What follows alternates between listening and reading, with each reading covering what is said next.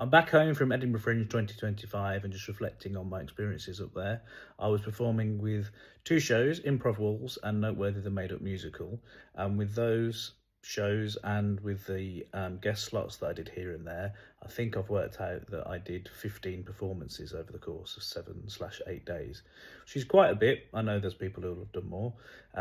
It's quite a bit for me, plus the travelling around between venues and trying to fit in watching other stuff as well. So it was quite a full-on week, but then that's the way I wanted it, really. I went in trying to get as much out of the experience as possible. So all the shows I did were good. Improv Wolves, 5 performances, great.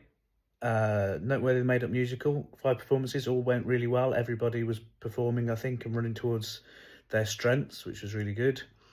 Both shows had things that we were concerned about, how it would go. So Noteworthy had a great venue, but the time slot was 10 a.m. in the morning, which we thought might be problematic. But we had people every day coming along, really good audiences. So that was excellent. Improv Walls had a good time slot, 12:15 in the afternoon, which we thought would be really good for us.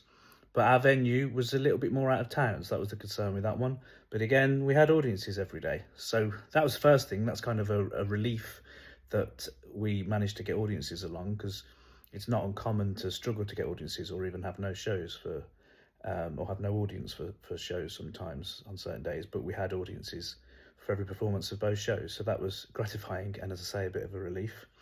The hang has been really good. So my friends in Improv Wolves, we were staying in a flat together, so there was lots of hanging out, had a good time with them.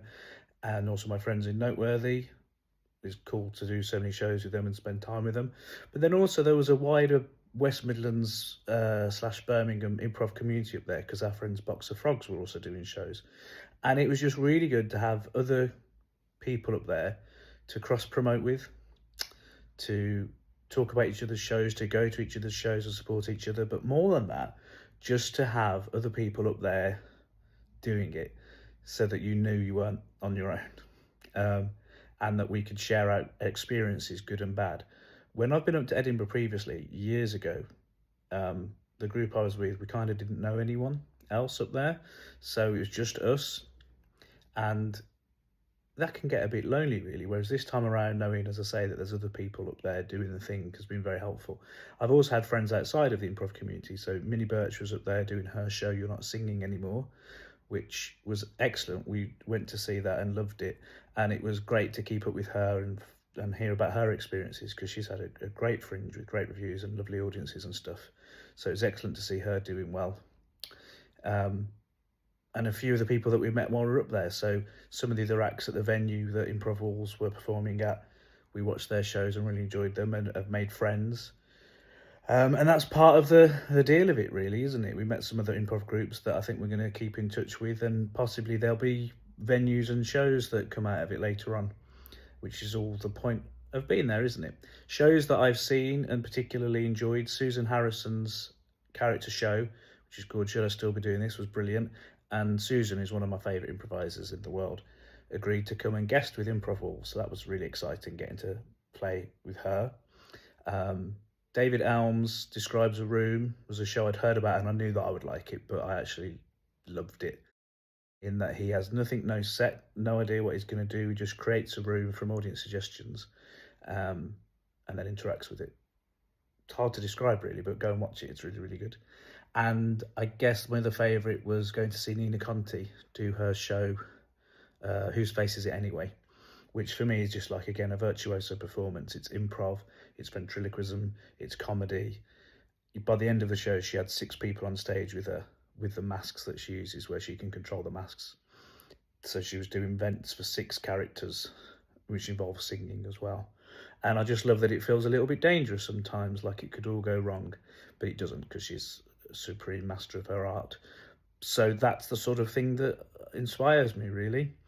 And that's another word. So fun, relief, inspiration.